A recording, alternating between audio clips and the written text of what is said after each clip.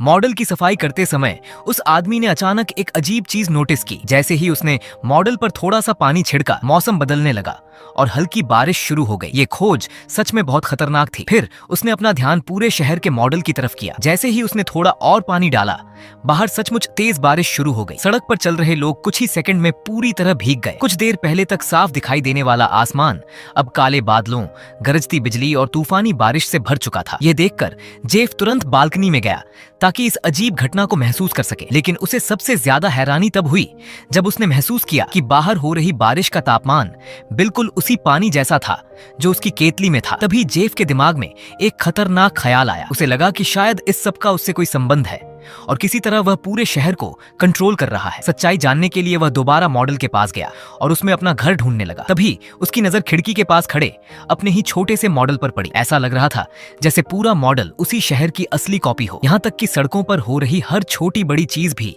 बिल्कुल वैसी ही थी जैसी बाहर असल दुनिया में थी। लेकिन सबसे पागलपन वाली बात यह थी कि इस मॉडल के जरिए वह पूरे शहर की बिजली तक कंट्रोल कर सकता था। इस अजीब खोज के बाद जेफ तुरंत शहर के शराब खाने की तरफ गया। वहां पहले से ही बहुत सारे लोग इकट्ठा थे। दिन में हुई उस अजीब बारिश को लेकर शराब खाने में मौजूद हर इंसान बातें कर रहा था। सभी को लग रहा था कि उस बारिश में कुछ तो गड़बड़ थी। शराब खाने की मालकिन डेजी अपने बेटे से बात कर रही थी। उसने कहा कि वह दोपहर में बाहर लगे बड़े बोर्ड को दोबारा पेंट करने वाली थी, लेकिन बारिश ने उसका पूरा प्लान खराब कर दिया। जेफ चुपचाप उनकी बातें सुनता रहा। फिर उसने तुरंत अपनी नोटबुक निकाली और सब कुछ लिख लिया, क्योंकि उसके दिमाग में अब कुछ बड़ा करने का प्लान चल रहा था। उस रात घर पहुंचते ही उसने नेल पॉलिश और रंग तैयार किए। अगली सुबह जब डेजी का बेटा बाहर आया तो वह हैरान रह गया। उनका शराब खाना पूरी तरह नया दिखाई दे रहा था। डेजी और उसका बेटा दोनों दंग थे, लेकिन खुशी इस बात की थी कि उनका काफी काम बच गया था। थोड़ी देर बाद जेफ भी वहां पहुंचा और बाकी लोगों की तरह नकली हैरानी दिखाने लगा, लेकिन उसने अब भी किसी को सच्चाई नहीं बताई। जेफ के लिए नाम या इज्जत मायने नहीं रखती थी। वह बस चुपचाप परछाइयों में रहकर शहर की मदद करना चाहता था। वह गर्व महसूस करते हुए घर लौट रहा था, लेकिन तभी उसने एक बुजुर्ग दंपति को सड़क पर गिरते देखा। बूढ़ी औरत गुस्से में शहर को कोस रही थी। उसका कहना था कि सड़क के गड्ढों की वजह से वह बार बार गिर जाती है। जेफ ने तुरंत सुझाव दिया कि उन्हें मेयर को शिकायत करनी चाहिए, लेकिन सुझावों वाला डिब्बा पहले से ही चिट्ठियों से भरा पड़ा था और मेयर उन सबको पूरी तरह नजरअंदाज कर चुका था। घर पहुंचने के बाद जेफ चुपके से मेयर का पूरा मेल बॉक्स उठा लाया। उसने सबसे पहली चिट्ठी खोली तो उसमें सड़क के गड्ढे ठीक करने की शिकायत लिखी थी। जेफ ने तुरंत मिट्टी उठाई और शहर के मॉडल में बने गड्ढों को भरना शुरू कर दिया। उसी पल बाहर की असली सड़क भी अपने आप ठीक होने लगी। उसने चिमटी की मदद से सड़क पर पड़ा मलबा भी साफ कर दिया, यहाँ तक कि उसने गिरे हुए कूड़ेदान को भी सीधा कर दिया और उस पेड़ को भी ठीक कर दिया जो टूटने वाला था। इसके बाद जेफ ने समझा कि ये सब एक बड़ी सुरक्षा समस्या भी हो सकती है। जब उसने एक कुत्ते को लगातार भौंकते हुए सुना तो उसने मॉडल पर एक हड्डी का टुकड़ा गिरा दिया और असल दुनिया में कुत्ता शांत होकर संतुष्ट हो गया। जेफ पूरी रात मेयर के मेल को पढ़ता रहा और शहर की हर समस्या को हल करता गया। अगली सुबह तक पूरा शहर देखकर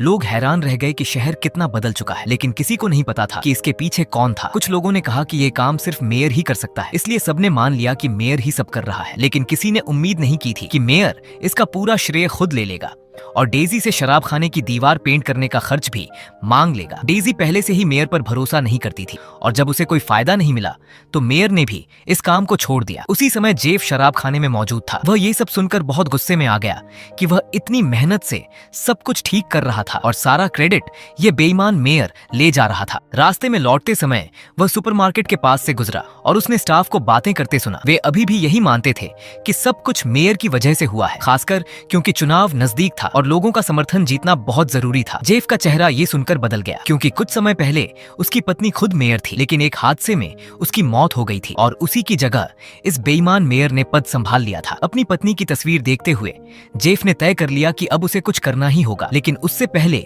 उसे मेयर को सबक सिखाना था। उसने एक छोटा पत्थर उठाया और मेयर की कार की तरफ निशाना लगाकर उसे मॉडल पर गिरा दिया। अगली सुबह मेयर सड़क पर लोगों के सामने जोर जोर से चिल्ला रहा था, लेकिन शहर के लोग इसे मजाक समझ रहे थे। उसी समय डेजी का बेटा अपनी एक ड्राइंग दिखा रहा था। ये देखकर मेयर अचानक अपना आपा खो बैठा और उस पर चिल्लाने लगा, लेकिन तभी डेजी तुरंत बीच में आ गई और सबने साफ देख लिया कि क्या हुआ। मेयर को समझ आ गया कि उसका गुस्सैल रूप सबके सामने आ सकता है। इसलिए उसने तुरंत खुद को संभाला और शांत बनने का नाटक किया। उसने कहा कि यह बस एक छोटा सा हादसा था और इससे शहर के प्रति उसका प्यार नहीं बदलेगा। ये सुनकर लोग और ज्यादा जोश में आ गए, लेकिन पास खड़ा जेफ अंदर ही अंदर गुस्से से भर गया। उस रात उसने एक फैसला किया और मॉडल पर एक छोटी सी मकड़ी रख दी। उसी समय मेयर बाहर सड़क पर चल रहा था। मकड़ी को देखकर वह बुरी तरह डर गया, लेकिन समय रहते जेफ ने मकड़ी को हटा लिया, इसलिए मेयर की जान बच गई। अगले दिन मेयर ने अपने दोस्तों को उस विशाल मकड़ी के बारे में बताया, लेकिन कोई भी उसकी बात पर यकीन नहीं कर रहा था। जेफ पास खड़ा ये सब देखकर हल्की मुस्कान के साथ खुश हो रहा था। अब आखिरकार उसे शहर को सही तरीके से संभालने का समय मिल गया था। उसने खुद एक नया बड़ा साइन बोर्ड बनाया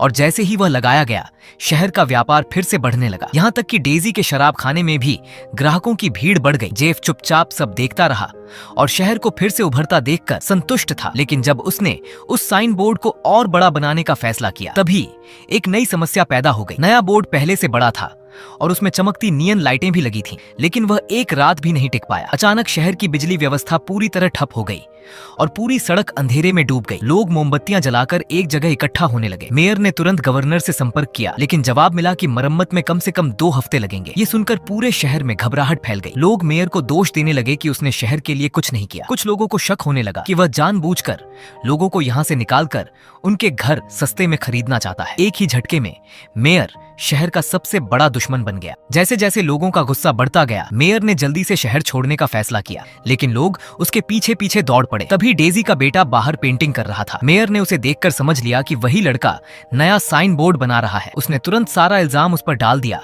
और कहा कि ब्लैकआउट उसी की वजह से हुआ है, क्योंकि उसने साइन बदल दिया और बहुत ज्यादा बिजली खींच ली। जैसे जैसे हालात और बिगड़ते गए, जेफ आखिरकार आगे आया। उसने मान लिया कि उसे मॉडल के बारे में पता चल गया था और वह उसी से शहर को बदल रहा था। उसने कहा कि उसकी नीयत अच्छी थी, लेकिन नतीजे खराब निकले। ये साबित करने के लिए उसने मॉडल के अंदर अपने घर पर एक छोटा सा माचिस जलाया और असल शहर में तुरंत एक छोटी आग दिखाई देने लगी। ठीक उसी समय मेयर वहां पहुंच गया। उस अद्भुत मॉडल को देखकर उसे समझ आ गया कि इसे अपने फायदे के लिए इस्तेमाल किया जा सकता है। मेयर ने ऐलान किया कि वह इस जादुई मॉडल का इस्तेमाल करके शहर को एक बड़ा टूरिस्ट स्पॉट बनाएगा, लेकिन उसकी आंखों में कुछ और ही खतरनाक इरादा झलक रहा था। जेफ ने ये सब समझ लिया और वह उसे ऐसा करने नहीं देना चाहता था। दोनों के बीच मॉडल को लेकर छीना झपट्टी होने लगी। इसी संघर्ष में जेफ से गलती से मॉडल गिर गया और पूरा शहर जोर से हिलने लगा। मॉडल जमीन पर गिरकर टूट गया। अगले दिन शहर तबाही के मंजर में था, जैसे किसी भूकंप ने सब कुछ उजाड़ दिया हो। रिपोर्टर वहां खबर बनाने पहुंच गए, लेकिन अब सबसे बड़ा सवाल था कि शहर की मरम्मत का खर्च कौन उठाएगा। उसी दौरान पिछली रात की लड़ाई में मेयर से एक बड़ा सा रिंग गिर गया था और वही विशाल रिंग आगे चलकर शहर के लिए एक नया भविष्य लेकर आने वाला था। और यहीं इस मूवी का एंड होता है। दोस्तों, अगर आपको वीडियो पसंद आई हो तो लाइक और चैनल एस वाई रोमान को सब्सक्राइब जरूर करना।